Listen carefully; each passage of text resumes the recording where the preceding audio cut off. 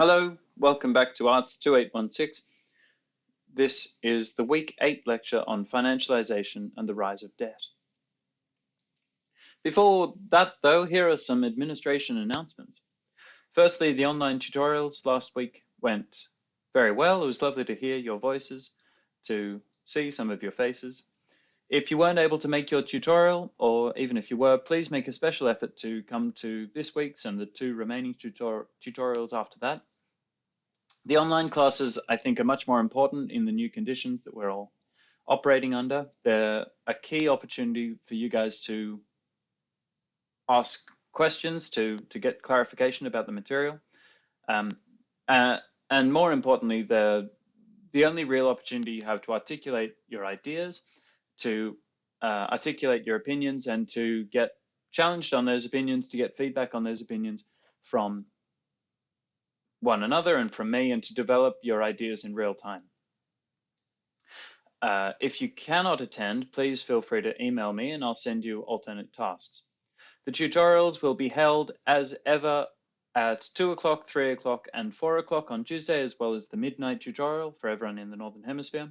Please feel free to attend any tutorial that is most amenable to you. Don't worry about which class you were initially placed in. Secondly, I'm in the middle of marking the first assignment. It will be released 2 weeks after it was submitted, which is to say Monday night at midnight. If you submitted it a little late, I might finish marking it a day or two after that, but they all should be back within this week 8. I'll also be putting up instructions for the second assignment before Tuesday's tutorials. And if you have any questions about how the second assignment is going to work, please feel free to ask them during your tutorial, or email me and I'll put up my answers on Moodle to alert everyone of any clarifications that need to be made. Finally, please don't forget that the second independent learning activity is now open. All the materials can be found in the Week 7 folder on Moodle. The prize for the best entry is a copy of Thomas Piketty's 2020 book, Capital and Ideology, which I haven't read yet, but I'm very much looking forward to. Okay, let's look at financialization and the rise of debt. As a first take, while financialization is often criticized as a catch-all term that lacks analytical clarity, we've seen these before in globalization and neoliberalism, it does collect together a number of structural changes in advanced liberal economies that are very important and that we need to think about. In essence, the claim is that an increasingly autonomous realm of global finance has altered the underlying logics of the industrial economy and the inner workings of democratic society. An increase in the size of the financial sector has given it huge power over the political realm. Firms have been restructured to pursue financial aims, promoting the interests of asset owners over the interests of other stakeholders such as employees, consumers, or society at large. And all citizens have been required to reimagine themselves as financial innovators and speculators, using financial logics to provide for themselves the basics of life: a home to live in, education, health, and money to live on after retirement. The graph on page 3 sort of represents the puzzle that we're looking at today. This can more or less be interpreted as an indication of the size of the financial sector, which is sometimes called the non-real economy, relative to the real economy. In the terms that we were using from V. Spike Peterson in last week's lecture, the 3 bands represent at the bottom the reproductive economy. This is a sort of sleight of hand, but the reproductive economy, the productive economy, the middle black belt, non-financial business, and the virtual economy, the financial sector above. So this is the division is sometimes referred to as the real and the non-real economy. In 1974, the proportion of the real economy that was taken up that was added on in the non-real economy, the size of the financial sector relative to the real economy was, just to eyeball this, about 20% more, which is to say that the finance sector took up about a sixth of the economy in 1974 in America. By the time of the global financial crisis in 2008, that figure, the proportion of the financial sector, has shot up to something like 70 or 80 or 85% of the economy as a whole. So the amount of value which exists in the financial sector relative to the entire rest of the economy is much, much greater today than it was than at the start of this period that we've been looking at for the last couple of weeks. Our task today is to think about, one, why this might have happened, two, and more substantially, why what the effects of this might be, and three, as ever, to return our reflections to inequality dynamics and ask what sort of effects this structural change might have had on income and wealth inequality. So the order of operations, the first 75 or 80% of the lecture is going to be about defining financialization and walking you through three schools of financialization which appear in that Van der Zwaan article, which is referenced on slide 2 and which is also listed in your readings for this week as a supplementary reading. In that article, Van der Zwaan claims that there are three schools of financialization. Firstly, there's a school that understands financialization as a new regime of accumulation, which is to say a new way of making profit. Secondly, there's a school that understands financialization as the rise of shareholder value as the key norm and the key structuring idea of corporate behavior. And thirdly, a school of financialization which comes from a predominantly economic sociology bent, which understands financialization as a transformation of the everyday life of normal citizens. So imposing financial logics onto areas of life that previously were not subject to those logics. So after I explain these, I have a few lines of questioning to open up for you. These are not my reflections are not really arguments, more questions for you to think about before we meet on Tuesday. Firstly, I want to consider the role of the global financial crisis in relation to these changes, whether the global financial crisis speeds financialization up or disrupts it in some way, or doubles down these logics, or what the role of the global financial crisis is. Secondly, to interrogate claims about new logics of capitalism and this idea that financialized capitalism is a genuinely different beast to industrial capitalism, and that we need new tools to think about capitalism under these new conditions. The old insights no longer apply. This is a fairly extreme take on the financialization argument. And finally, very tentatively, I have a couple of questions relating financialization. I've called this financialization in the time of cholera. Obviously, I'm referring to the coronavirus, but much more substantially, states' massive financial responses to the coronavirus and what this might imply for certain claims that have been made within the financialization literature. So that's where we're going.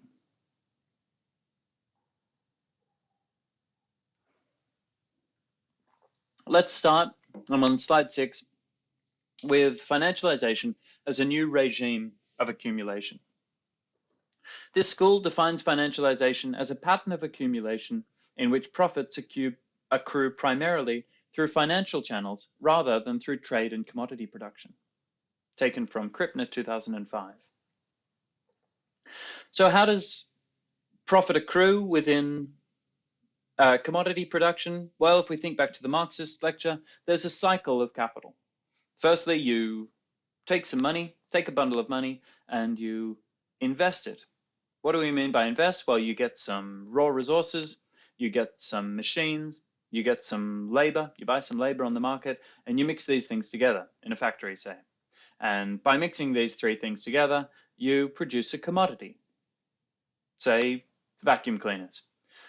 This commodity is then taken out to the market, is sold, which is to say the commodity is transformed back into money, and this money is returned to the original investor as the original bundle of capital, the original bundle of money, plus a little bit more, plus the profit. Within financialized capitalism, profit also can still accrue through these channels, but increasingly accrues through movements of money instead, through speculative practices and by the structuring of risk and the structuring of time horizons of different lending. So, which is to say that it's a very different mode of acquiring profit.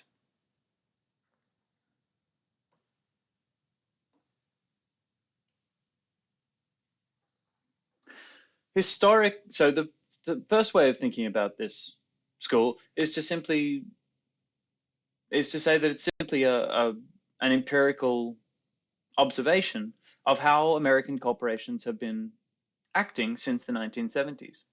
Economists have looked at American corporate activity and noticed that they have increasingly derived profits from financial activities. Not only has finance increased its share of GDP contribution, as we see from the graph in slide 2, but profits from interest, dividends, and capital gains for non-financial corporations have outpaced those from productive investment. Which is to say that one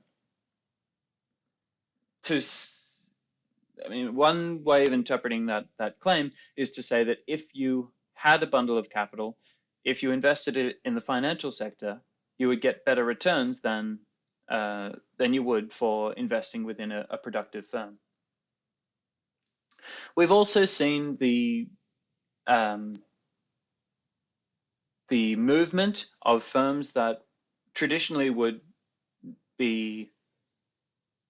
appear exclusively within the realm of the real economy, of commodity production, moving over into financial operations.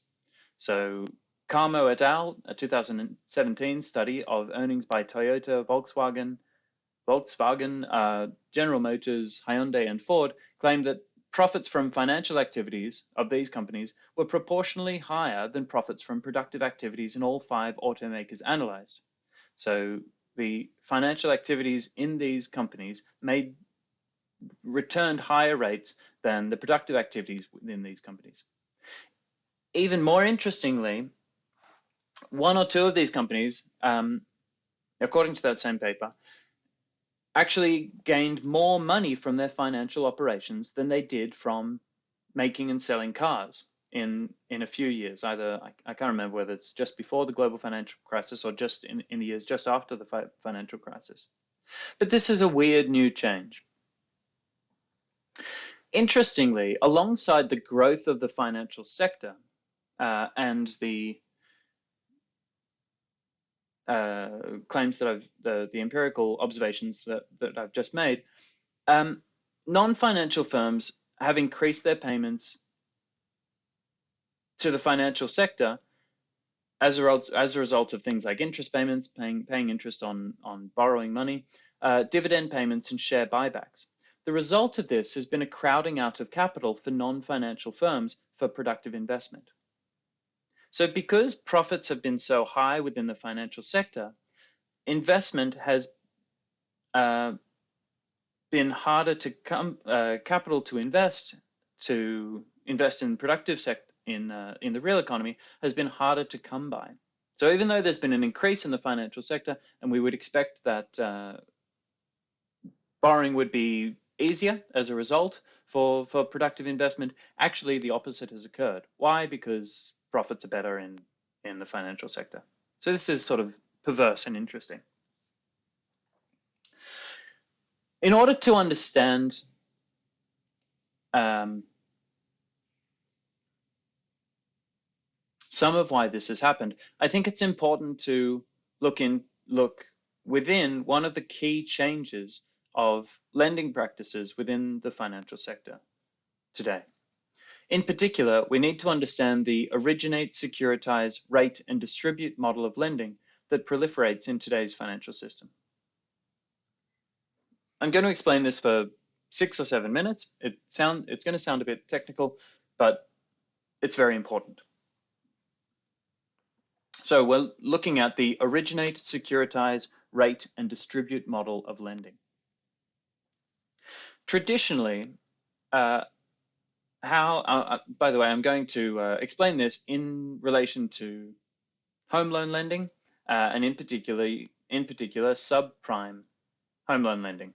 Why? Because this is the key market that a lot of us economists came to understand these, be aware of these sorts of lending practices and to be aware of their importance. The increases in subprime mortgage lending to home loan borrowers that couldn't get a loan in regular financial markets, couldn't get a loan from banks in the usual ways.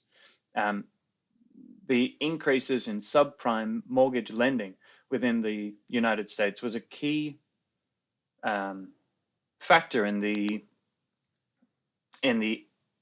asset bubble that grew over the 2000s and finally popped and caused the global financial crisis. So it's kind of useful for me to explain it using this, but it's also just a historical part of why I would know about this, is because we all found out about this as a result of thinking about what happened in the subprime mortgage crisis in America. So traditionally, a bank would assess a series of different people that want to borrow to buy houses, want to take out a home loan in order to buy a house. And this bank would look at the expected income of this potential borrower and also look at the amount of collateral, any assets that the borrower had that might be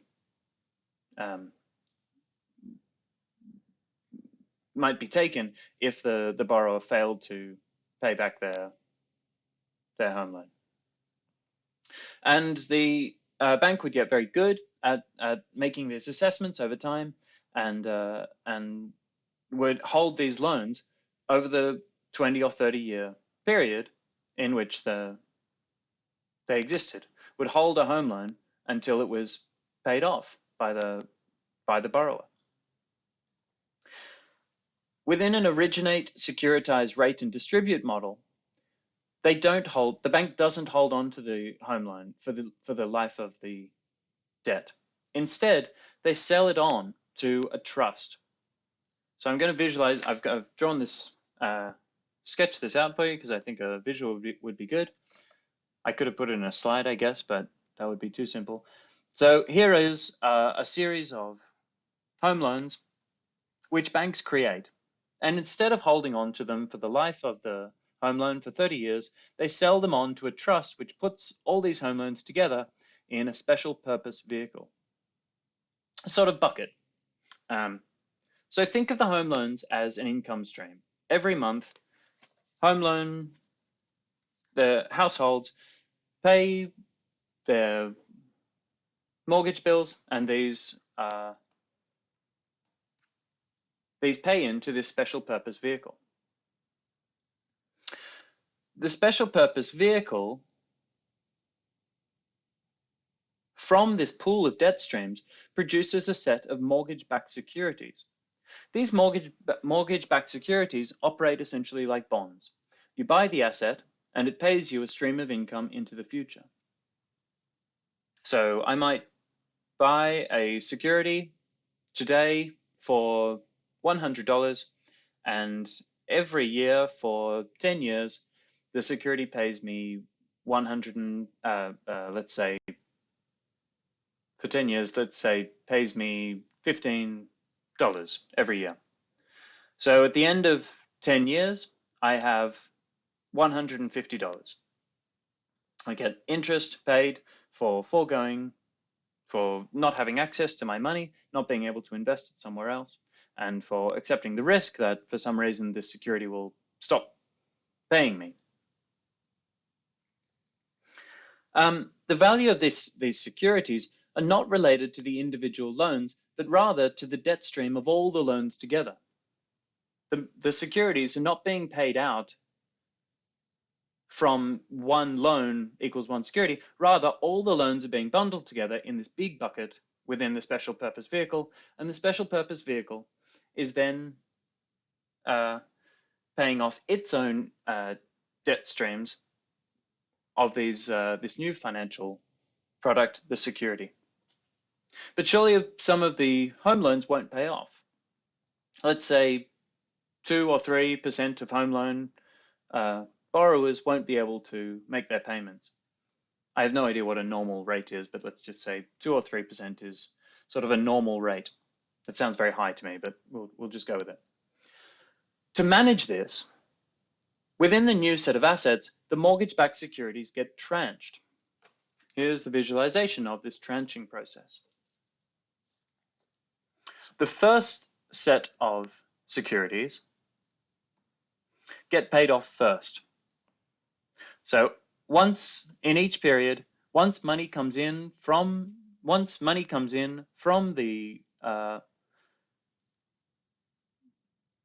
home loan borrowers into the special purpose vehicle, the special purpose vehicle commits to paying out these top rated securities first.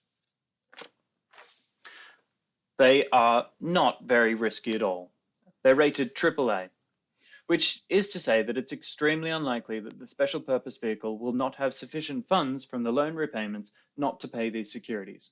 An incredibly high number of home loan holders would have to default, like 25% of home loan borrowers would have to default on their payments in order for these AAA securities not to be paid out. This unheard of amount. The next tranche is rated AA, and it gets paid out second. Again, this is it's very unlikely that these won't get paid out, but they do get paid out after the AAA rated securities in the first tranche, so the buyers of these securities get a higher rate of interest. Why do a higher rate of interest? Because there's slightly more risk. In the next tranche, I called these BB rated securities. These get paid out third and get a higher rate of interest. And finally, the last tranche, the unrated securities, get paid out last and receive a much higher rate of interest on these securities because they're much riskier. So who would buy the last tranche? Often no one would, and the originating firm has to hold on to them. So what are the implications of this model of lending, where banks don't hold on to their home loans for 30 years, but instead pass them on to a special purpose vehicle, which collectivizes them, bundles them, turns them into securities which get tranched? What does this mean? Well, first of all, it means that we can turn low quality assets, in this case subprime mortgages, home loans lent to people that couldn't get a home loan in the regular market, into high quality AAA rated assets. This is very important because it enables much more and a much wider set of investors to partake in this sort of market. Say particular superannuation funds, or let's say sovereign wealth funds. The sovereign wealth fund that Australia has might have a legal commitment to only invest in AAA rated assets. No subprime mortgages individually are AAA rated assets by definition.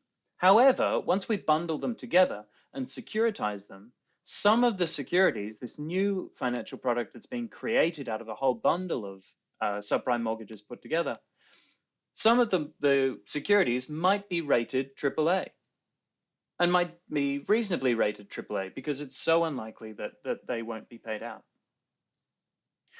So a much larger array of investors are able to start lending to subprime mortgage borrowers. Second, the actor originating the loan is no longer holding on to it. And this means that the original bank, and this means that they care much less about the quality of the loan, by which I mean the likelihood of the holder paying it back, the actual home loan borrower. They're more interested in their capacity to find buyers for mortgage-backed securities, or trusts that are willing to buy the home loans they're creating in order to turn into mortgage-backed securities. And so their main business is in increasing the volume of operations, increasing the amount of home loans they create in order to be passed on. Once they pass them on, they don't really care much about what the ultimate rate of failure on these loans is. They no longer hold them. Thirdly, after securitization happens, no one in the system knows exactly what the quality of the underlying assets is. So no one holding a mortgage-backed security has any information about the exact borrowers that the original subprime mortgage loans were given to. That information no longer exists. There's a rupture. So across the system as a whole, there's more debt available, more borrowing available to lower quality borrowers, and less information. These are sort of important structural changes in and of themselves.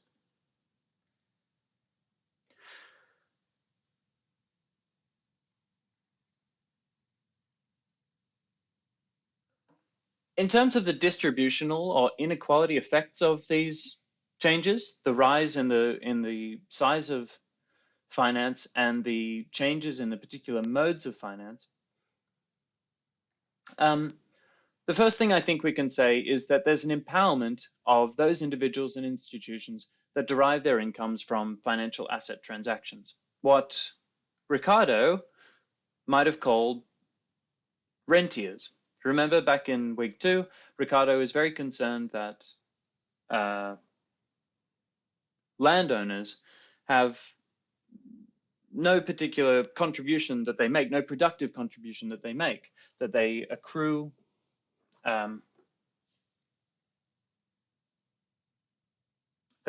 income simply by the position that they hold as landowners. They can't hold the land any more efficiently, or give it to like they're not the ones that make it productive necessarily. They just own it, and other people farm it and pay rent to them, and et cetera, et cetera.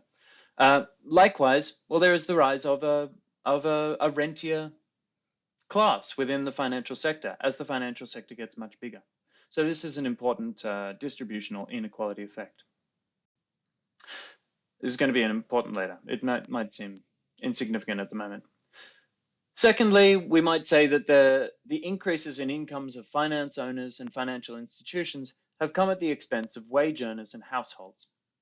Wage earners and households have faced stagnating wages, but relatively stable inflation in terms of the sorts of things that they consume, like groceries and bills and things like that, but fairly rapid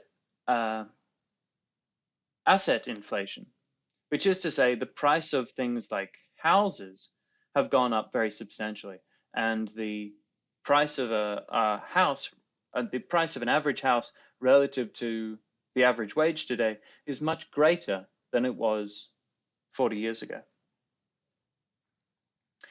in order to manage this situation, in order to maintain commensurate levels of consumption, households have necessarily become increasingly indebted. This has been made possible by the increases in the size of the financial sector and in these new lending practices, which I've just described.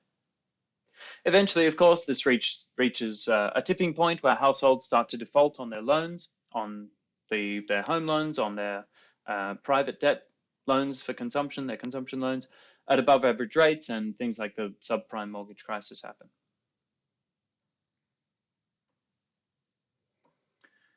In terms of thinking about how this was allowed to happen,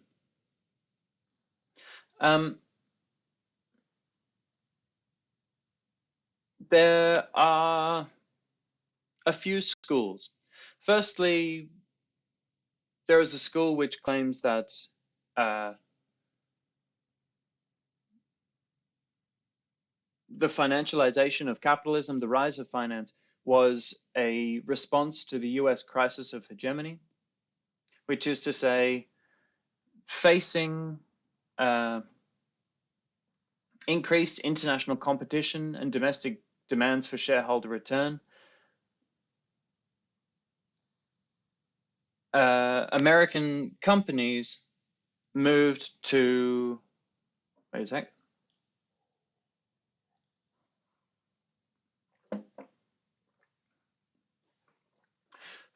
Faced with international competition confronting American firms in the 1980s onwards, American banks moved into the securitization business, and this allowed inflows into the US markets that protected the state's hegemonic status. So given that the US could not outcompete new competitors in Germany and Japan in the 1980s in terms of productivity and innovation in relating to the production of actual goods, they moved to an area where they did have a competitive advantage in the area of finance, and set about a process of restructuring global financial markets in order to increase the size of the market where the United States had a key advantage. So a response to the US crisis of hegemony in the 1980s. A second school, made most famous by a Crotty paper in 2005, is summarized as the neoliberal paradox. In this argument, Crotty claims that the internationalization of global markets has been a major impetus for firms to withdraw from productive activities. Why would this be? Faced with increased international competition and domestic demands for shareholder return, American manufacturers offshored production and sought to control foreign supply chains to cut back on costs. However, these productivity gains were not reinvested in the corporation, but were rather distributed to shareholders or used for the purchase of financial products. So, partly because of neoliberal logics that we were looking at 2 weeks ago, and partly because profits are higher within the financial sector than the productive or real economy sector, cutbacks and cost-cutting measures through the 90s and 2000s were used not to reinvest in productive activities, but rather were moved into financial activities. Finally, there is a school which says that we need to look primarily at the policies that supported financialization, deregulation of foreign capital markets, deregulation of the rules surrounding what investment banks were allowed to do, rules relating to what mortgage lenders were allowed to do, and what lending rating agencies were allowed to do. Deregulation plus interest rate policies, things like leaving interest rates too low for too long after financial crises in a way of artificially promoting investment in order to stimulate recovery from financial crises, or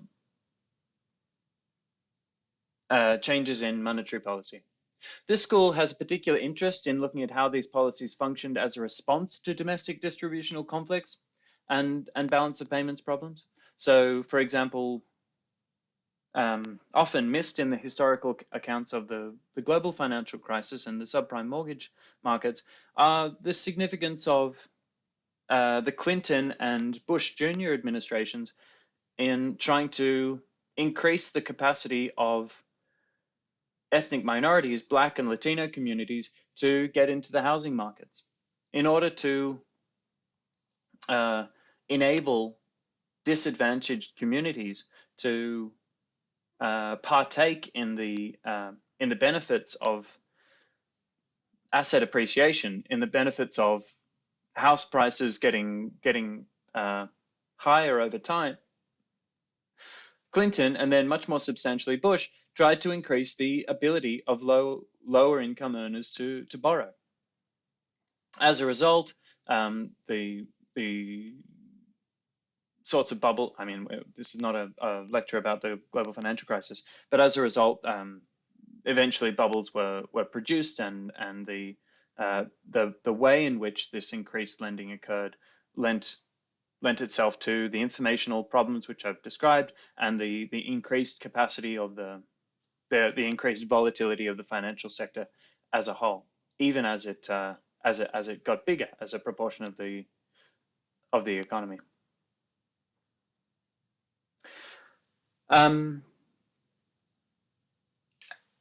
Central to this account is the deepening of financialization, and as an effect of debt-driven growth logics. Okay, so this is really a story about global finance, and particularly American finance. There are components of it that I think are very compelling, but I would say that there is a problem in the approach as a whole, the explanation as a whole, in that it tends to rest on the intrinsic logic of finance itself, and to run the danger of reinvesting in or reinforcing those logics as intrinsic and immutable. So this is really just a callback to what I was saying last week, which is that some theories, simply by describing the natural realities or the untouchable realities of economic decision making, create those sorts of logics as untouchable and as if financial actors could not possibly act in another way. There are lots of irrational moves within the sorts of changes to financial behavior that I've been describing in the last 20 minutes. And financial actors certainly could act differently. Different logics could appear within the financial sector, and the effects of things like deregulation or the increase in the capacity of state lenders, Fannie Mae and Freddie Mac, within the American housing system could play out in different ways. So just to return to something that V. Spike Peterson might say, that these explanations tend to reinvest and reinforce logics of finance themselves and present them as intrinsic logics. Whereas in reality, I would say these are socially produced. Let's have a chat about the second school of financialization. The second school of financialization understands financialization as the rise of shareholder value, by which I mean the rise of shareholder value as a key defining norm. Returning shareholder value becomes the defining norm of economic activity, and this places pressure on financial managers to return value in the short term, pressure which is passed on to employees and expressed in the restructuring of firms.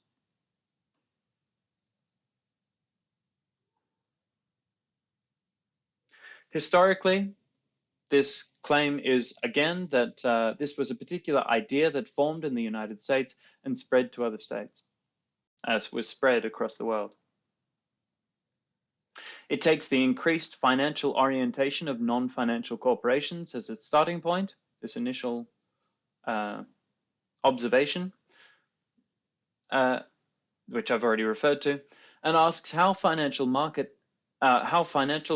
exert pressure on non-financial corporations and the managers running them to adopt business practices promoting shareholder value. Second, it asks how these corporations themselves establish shareholder value by diverting financial market pressure onto other constituents of the firm, in particular the employees. This is all a bit wordy. I might come back to some of those points. The origin of these sorts of ideas comes from a branch of economics called principal agent theory. This branch of economic theory claimed that managers faced no incentive to maximize the return of shareholders and merely introduced corporate strategies to maximize their own wealth. The solution to this was to reunite ownership and control, create a community of interest between managers and owners through the introduction of performance-based executive compensation. Performance-based executive compensation might be something like a bonus matched, a bonus paid each year, say, if certain targets were met. And what targets might these be? Things like the price of the stock of a particular company rising a certain amount. So an increase in the value of the company as a whole might if managers were paid a raise according to whether or not they hit certain targets, like increasing the value of the company as a whole, well, the interests of the managers and the interests of the people funding their operations, the stockholders, might be more comfortably aligned. In this financial conception of the firm, corporate efficiency was redefined as the ability to maximize dividends and keep stock prices high. And these ideas were actually put into effect in the 1970s and 80s, with things like stock price indexing for annual bonuses for managers, as I've said, the introduction of financial performance measures, such as return on equity, the adoption of international accounting standards, and a short-term business outlook, as manifested by the publication of quarterly reports. So publishing quarterly reports was not a widespread practice previously. Managers responded by shedding underperforming branches of their firms in